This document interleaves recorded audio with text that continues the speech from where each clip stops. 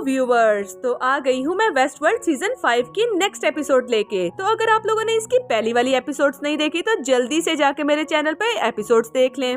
Last episode के and पे हम लोगों ने डेविल मास्टर को देखा था, जिन्होंने एक बहुत ही जबरदस्त सा मैजिकल स्पिल मिरर क्रिएट किया हुआ था, जिसको तोड़ना तो किसी के भी बस की बात नहीं थी। उसी वक्त यहाँ पर हमारा लिटिल स्टोन आ जाता है, जो कि अपने स्टोन एरो के साथ उस मिरर को ब्लास्ट कर देता है। तो नेक्स्ट एपिसोड को भी हम इसी वाले सीन से स्टार्ट करते हैं, जहाँ पर हम देखते हैं कि हमारा लिटिल स्टोन अपने स्टोन एरो के साथ उस मिरर को ब्लास्ट करता है। उस मिरर के ब्लास्ट होते ही सभी डार्क सोल्स वहाँ से गायब हो जाती हैं, जिसको देख के तो मास्टर बहुत ज्यादा खुश होते हैं और उसके पास आते हैं और उसे कहते हैं कि मैं ऐसा सोच भी नहीं सकता था कि लिटिल स्टोन हमारी हेल्प के लिए आएगा। और लिटिल स्टोन को देख के तो सबसे ज्यादा यहाँ पर उजी खुश होती है कि ओ मेरे प्यारे लिटिल स्टोन, आखिरकार तुम वापस आ ही गए हो।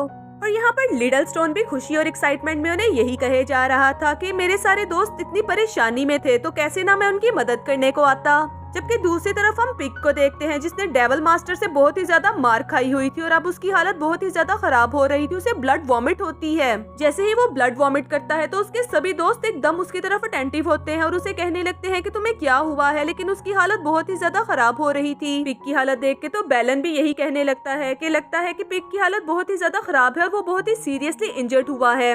तो यहाँ पर मास्टर टेन शेंजन उसके पास आते हैं और उसे कहते हैं कि पिग तुमने बहुत ही अच्छी फाइट की है, लेकिन पिग कहता है कि अब मैं इससे ज्यादा नहीं बोल सकता। उसी वक्त पिग नीचे गिर के बेहोश हो जाता है, जबकि वो सारे परेशान होकर उसके पास आते हैं और मास्टर उसको पकड़ के एक साइड पे बैठाते हैं। जबकि हम दूसरी तरफ डेविल मास्टर को देखते हैं, जो कि ये देखते कि उनका मिरर टूट चुका है, बहुत ही ज्यादा गुस्से में आ जाते हैं और कहते हैं तुम सबकी हिम्मत भी कैसी हुई कि तुम लोगों ने हेवनली गॉड के साथ पंगा लिया है। ये कहकर तो वो अपनी सभी मैजिकल प्लेट्स को एकदम फिर से एक्टिव करते हैं और उनके पास आने लगते हैं। ये देख के तो वो सभी साथी घबरा के छुपने लगते हैं। लेकिन यहाँ पर उजी को तो बस अपने लिटिल स्टोन की ही फिक्र थी, तो उजी उसे इशारा करती है कि यहाँ मेरे पास आ जाओ और लिटिल स्टोन भी उछल के उसके हाथ में आ जाता है। फिर यहाँ पर हम डेविल मास्टर को देखते हैं, जो कि अपनी प्लेट्स को एक्टिवेट करता है। ये सोच रहा था कि मैं कौन सी प्लेट के साथ अटैक करूँ जो सबसे ज्यादा पावरफुल होगा। तो मास्टर टेंशन उसको पीछे से आवाज लगा के कहते हैं कि डेविल मास्टर, अगर मैं तुम्हारा सर उड़ा दूं तो क्या तुम्हें इस बात का पता चलेगा कि तुम्हारा सर कौन सी प्लेट ने उड़ाया है। तो डेविल मास्टर गुस्से में आके कहता है कि तुम्हारी हिम्मत भी कैसे हुई कि तुम मुझसे ऐसे बात करो। तो मास्टर शेंजन एकदम उसके पास आते हैं और उस पे जोरदार फाइटिंग अटैक करते हैं और उसे मार मार के उसका बुरा हाल कर देते हैं। उसको देख के तो सभी डार्क सोल्स डरना स्टार्ट हो जाती हैं और मास्टर उस पे एक जोरदार अटैक करते हैं, जिससे वो दूर जाके बिल्डिंग में गिरता है। ये देख के तो यूं ही एकदम सामने आता है और बड़ा हीरो बन के कहने लगता है कि अब तो डार्क सोल बहुत ही ज्यादा वीक हो गई है, तो अब मैं जरा फाइटिंग के लिए आगे जाता हूँ। तो टाइगर डीमन उसे कहने लगता है कि मेरी बात सुनो, तो फाइटिंग के लिए बहुत ज्यादा देर हो गई है। तो वो वापस से जाके वहीं पे छुप जाता है। जबकि यहाँ पर हम दूसरी डार्क सोल्स को देखते हैं, जो कि वो भी यही बात कर रहे थे कि अगर मास्टर के इतने जोरदार अटैक की वजह से डेविल मास्टर गिर गया है तो अब हमारा क्या बनेगा। जबकि यहाँ पर नेक्स्ट सीन में हम डेविल मास्टर को देखते हैं, जो कि सारे पत्थरों को तोड़ के एकदम से बाहर निकल आते हैं और उन्हें डार्क सोल्स को एकदम से पकड़ लेते हैं। तुम दोनों ने तो शैडो पैलेस का नाम ही बर्बाद कर दिया और तुम दोनों से इतना ना हुआ कि इन सभी लोगों को मार सको। तो यहाँ पर जियोजैन उसे कहने लगता है कि ऐसा करते हैं कि बैटल को फिर से स्टार्ट करते हैं। ये बात सुन के तो डेविल मास्टर और भी गुस्से में हंसने लगता है और कहता है कि अच्छा, तुम्हारी तो मैं अभी स्टार्ट करवाता हूँ। ये कहकर तो ग्रोथ मास्टर अपनी पावर्स को और भी ज्यादा इनहेंस कर लेता है और उसको गले से पकड़ लेता है और उसे मारे ही जा रहा था। जबकि वो तो यहाँ पर ये कह रहा था कि मास्टर प्लीज मुझे छोड़ दें। जबकि दूसरी तरफ हम ट्याजिम को देखते हैं, जो कि ये देख रहा था कि अब इसको मार रहे हैं तो अब मेरी भी खैर नहीं, इसलिए वो भी वहाँ से भागने लगता है। तो डेविल मास्टर अपनी पावर्स के साथ एक ही झटके में उन दोनों को पकड़कर मार गिराते हैं। ये देख के तो मास्टर टेंजन और उसके बाकी सभी साथी भी बहुत ज्यादा हैरान होते हैं कि ये अपने ही साथियों को खुद ही मारे जा रहे हैं। उन दोनों को मारने के बाद तो गॉड ऑफ ग्रोथ को और भी ज्यादा गुस्सा आने लगता है और वो गुस्से से मास्टर शेंजन को कहने लगता है कि अच्छा किया तुमने मेरे अंदर का इंसान जगा दिया, तुम्हारी वजह से ही मैं इतना ज्यादा पावरफुल हुआ हूँ और अब देखना मैं तुम्हारे साथ क्या करता। ये कहकर तो डेविल मास्टर फ्लैशबैक में खो जाता है, जहाँ पर वो देखता है कि वो शैडो पैलेस में लेटा हुआ था और उसी वक्त वहाँ पर उसके पास यूजैन आ जाते हैं और वो उसे कहते हैं कि तुम्हें रेस्ट करने की बहुत आदत पड़ गई है। ये देख के तो यूजैन को बहुत ज्यादा गुस्सा आता है और वो उसमें सारी डेविलिश पावर्स को ट्रांसफर कर देते हैं, जिसकी वजह से वो और भी ज्यादा पावरफुल हो जाता है। और यहाँ पर वो रियल लाइफ में आता है और उन सभी के सामने खड़ा होकर ये कह रहा था कि अब तुम सब लोग अपनी खैर मनाओ। ये कहकर तो वो उन सभी लोगों के ऊपर बहुत ही ज्यादा पावरफुल अटैक करने लगता है, जिसे देखकर वहाँ पर ब्लास्ट ही ब्लास्ट होना स्टार्ट हो जाते हैं और सारा एंशियस वर्ल्ड एकदम से तबाह होना स्टार्ट हो जाता है। जैसे ही मास्टर शेंजन ये देखते हैं कि अब उनका बचना तो किसी भी तरह से पॉसिबल नहीं है, तो उसी वक्त वो अपने साथियों को लेके वहाँ से भागने की कोशिश करते हैं। वो लोग सभी भागे ही जा रहे थे और उसी वक्त डेविल मास्टर फिर से उनके सामने एक न्यू पावर्स लिए हुए आ जाता है और उनसे कहता है कि तुम लोगों का भागना यहाँ से बिल्कुल ही नामुमकिन है। इससे पहले कि डेविल मास्टर उन सभी के ऊपर एक फिर से अटैक करते, उसी वक्त उनको कानों में किसी की आवाज आती है जो कि उनसे ये कह रहा था कि डेविल मास्टर तो आप अभी तक नहीं सुधरे और अभी तक आपको ये नहीं पता चला कि सभी लोगों के साथ फाइटिंग किस तरह से करनी है, इसीलिए मुझे यहाँ पर आना ही पड़ा। ये बात करके तो मंकी किंग एकदम उछल के उसके सामने आ जाता है और ये देख के तो डेविल मास्टर भी थोड़ा सा घबरा जाते हैं। यहाँ पर उजी भी मंकी किंग को देखकर हैरान रह जाती है और यूही भी यही बात कह रहा था कि ये तो मंकी किंग है और लगता है कि अब ये हमें बचाने के लिए आए हैं। मास्टर शेंजन भी उसे थोड़ा सा आगे होके देखते हैं और उसके माथे पे लगा हुआ क्राउन देखते हैं और कहते हैं ये कैसे पॉसिबल हो सकता है कि यहाँ पर कौन आ गया। तो डेविल मास्टर भी मंकी किंग को देख के यही कह रहे थे कि एक छोटा सा मंकी अब लड़ने के लिए मेरे सामने आ गया है।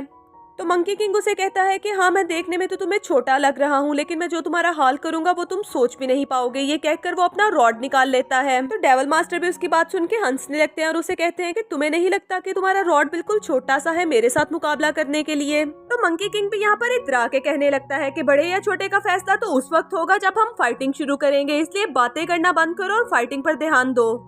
ये सुन के तो डेविल मास्टर भी अपना एक जोरदार सा पर्पल फायर उसके ऊपर करते हैं और उसे शो करते हैं कि वो कितने पावरफुल हैं। ये देख के तो मंकी किंग भी कहने लगता है कि वाओ, तुम्हारा फायर तो बहुत ही जबरदस्त था। तो डेविल मास्टर उसे हंसते हुए कहने लगते हैं कि अभी तुमने देखा ही क्या है। ये कहकर वो उस पर अपने पर्पल फायर्स की बरसात ही शुरू कर देते हैं, जिसको मंकी किंग बहुत ही इजीली अपनी स्टिक के साथ डाउच किए जा रहा था। तो डेविल मास्टर को इस बात पे बहुत ही ज्यादा गुस्सा आने लगता है और अपने शैडो ब्लेड के साथ एक जोरदार अटैक करते हैं, जिसको मंकी किंग अपनी स्टिक के साथ इजीली डाउच करके उनके ऊपर ही अपनी स्टिक फेंक देता है। इतने जबरदस्त अटैक की वजह से तो वहाँ पर मास्टर शेंजन उनके सभी साथी भी घबरा रहे थे, जबकि अब यहाँ पर अटैक करने की बारी मंकी किंग थी और वो मुसलसल डेविल मास्टर के ऊपर अपने जोरदार अटैक करता है, जिनकी वजह से वो एकदम घायल होकर नीचे गिर जाता है। डेविल मास्टर के ऊपर अटैक करने के बाद मंकी किंग यहाँ पर आके आराम से बैठ जाता है और कहता है इसको मारना तो मेरे बाएं हाथ का खेल है। ये कहकर वो बड़े स्टाइल के साथ उठता है और अपने साथियों की तरफ देख के कहने लगता है आप सब लोगों को अब घबराने की जरूरत नहीं। जब वो ये बात कह रहा था तो उसके साथ में वोकोंग की सोल भी उसके साथ ही नजर आती है, जिसको देख के मास्टर बहुत ही ज्यादा खुश होते हैं और उसकी तरफ आते हैं और कहते हैं बेशक तुम वो ही हो। ये देखकर तो बेलन भी, जिसने अपने कंधे के ऊपर पिक को उठा रखा था, एक्साइटमेंट में कहने लगता है कि सीनियर भाई यहाँ पर आ चुके हैं और अब वो हमें यहाँ से बचा ही लेंगे। ये कहकर तो मंकी किंग एकदम छलांग मार के नीचे आता है और उन सबको वही वाली बात बताता है जो बीच पे उसको मास्टर मिलने आए थे। और मास्टर शेंजन उसके पास आके उसे कहते हैं कि तुमने ये रिंग अपने माथे के ऊपर पहना है, जिसकी वजह से तुम सारी बातें भूल चुके हो, लेकिन ये तुम्हारे लिए अच्छा है कि अब तुम्हें न्यू मेमोरी मिल गई है। तो मंकी किंग भी उन्हें यही कहने लगता है कि मैं आपको प्रोटेक्ट करने के लिए यहाँ पर आया हूँ और आपकी जान बचाए बगैर मैं यहाँ से कहीं नहीं जाऊंगा। आफ्टर ऑल मैं एक बहुत ही समझदार किस्म का मंकी किंग हूँ। वो लोग आपस में बातें कर ही रहे थे कि यहाँ पर हम डेविल मास्टर को देखते हैं, जो कि सारे पत्थरों को जाड़ते हुए एकदम उठ खड़े होते हैं और उन्हें कहते हैं कि अपनी बकवास बंद करो और फाइटिंग की तरफ तवज्जो दो। तो मंकी किंग मास्टर की तरफ देखता है और उन्हें कहने लगता है कि आप अपने सारे साथियों को लेके किसी साइड वाली जगह पे चले जाएं ताकि आप लोग सभी लोग महफूज रह सके। ये कहकर वो एक एक्सिलियर उनकी तरफ फेंकता है और उन्हें कहता है कि इस मेडिसिन को लें और अपने वुंड्स को हील कर लें ताकि आप जल्दी से ठीक हो जाएं। बाकी की सारी बातें मैं आपके साथ फाइटिंग के बाद करूंगा, अभी मुझे यहाँ से जाना होगा। अपनी बात पूरी करने के बाद मंकी किंग भाग के डेविल मास्टर की तरफ जाता है और यहाँ पर डेविल मास्टर तो और भी ज्यादा गुस्से में आ जाता है और जोश से उठ खड़ा होता है और उसे कहता है कि तुम्हें क्या लगता है कि मैं तुम्हें इतनी आसानी से जाने दूंगा? तुम अभी हेवनली गॉड्स को जानते ही कहाँ और ना ही तुमने अभी तक हमारी पावर्स देखी हैं। ये कहकर वो अपने चारों तरफ आग लगा देता है और उसके बाद अपने मून ब्लेड्स के साथ मंकी किंग के ऊपर जोरदार अटैक करता है। मंकी किंग भी उन अटैक्स को देख के थोड़ी देर के लिए डर जाता है और ये सोचने लगता है कि ये तो ज्यादा पावरफुल हो गया है, लेकिन कोई बात नहीं, मैं इसका मुकाबला आखिर कर ही लूंगा। डेविल मास्टर और मंकी किंग की फाइट बहुत ही जोरों शोर से जारी थी, जबकि यहाँ पर दूसरी तरफ हम बेलन को देखते हैं, जो कि ये सोच रहा था कि वहाँ पर मंकी किंग अकेला है और मुझे उसकी मदद के लिए जाना चाहिए। ये बात करके वो जैसे ही पीछे मास्टर की तरफ देखता है तो मास्टर शेंजन और उनके बाकी सभी साथी तो यहाँ पर बहुत ही आराम से बैठ जाते हैं और साथ में फायरवर्क कर रहे थे, जबकि यूही तो जमाइयाँ लिए जा रहा था।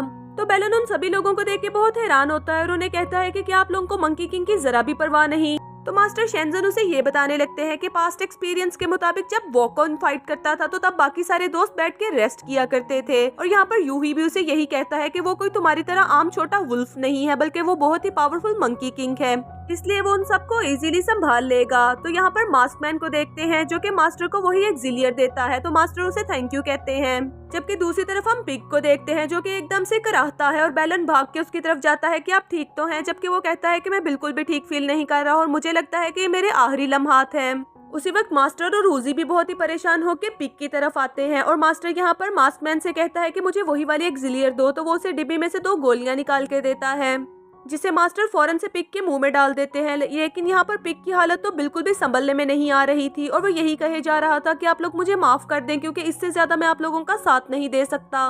वो ये बातें कर ही रहा था कि अचानक उसे खांसी होती है। जैसे ही वो अपने मुंह से हाथ हटाता है तो उसके हाथ पर फिर से ब्लड लगा होता है। ब्लड देख के तो पिग के साथ साथ बाकी सभी साथी भी बहुत ही ज्यादा घबरा जाते हैं और यहाँ पर पिग एकदम से अपनी जान दे देता है, जिसे देखकर बैलन तो बुरी तरह से रोने लगता है और उसके आंसू उसके मुंह पर ही गिर रहे थे। और बैलन यहाँ से मास्टर शेंजन से कहता है कि मास्टर शेंजन आपको कुछ तो करना होगा, और रूजी भी बुरी तरह से रोने लगती है। तो मास्टर शेंजन उन सब लोगों से कहता है कि यहाँ से थोड़ा साइड पर हो जाओ। जैसे ही वो सभी लोग साइड पे होते हैं तो मास्टर पिग को बुरी तरह से मारना शुरू कर देते हैं। वो उसके मुंह पे जोर जोर से थप्पड़ मारे ही जा रहे थे। ये देख के तो बैलन मास्टर से कहने लगता है कि मास्टर आप क्या कर रहे हैं, और मास्टर उसे कहता है कि इसको जगाने का मेरे पास सिर्फ यही एक तरीका है। एकदम से पिग उठ खड़ा होता है और मास्टर से कहने लगता है कि प्लीज अब बस कर दे, इससे पहले कि आप सच में मेरी जान ले लें। तो यहाँ पर मास्टर उसे कहते हैं कि मुझे पता था कि तुम एक डीमन पिग हो, तुम इतनी आसानी से नहीं मर सकते, इसीलिए तुम्हें जगाने के लिए मुझे ये काम तो करना ही था। ये कहकर मास्टर किंग वहाँ से जाने लगते हैं और पिग जल्दी से उनके पाँव पकड़ लेता है और कहता है कि मुझे माफ कर दें, आइंदा के बाद मैं कभी भी ऐसी हरकत नहीं करूंगा। जबकि यहाँ पर दूसरी तरफ हम मंकी किंग को देखते हैं। डेविल मास्टर के अटैक की वजह से एक बार फिर से आके गिरता है और वो कहने लगता है कि इस डेविल मास्टर ने मुझे अब दूसरी दफा गिराया है। यहाँ पर बैलन जैसे ही उसे देखता है तो नीचे से आवाज लगाता है कि वो कोंग ब्रदर, क्या आपको मेरी हेल्प की जरूरत है? तो वो उसे कहने लगता है कि तुम लोग अपना ख्याल रखो और मेरी फिक्र करने की जरूरत नहीं, मैं अपनी परवाह खुद कर लूंगा।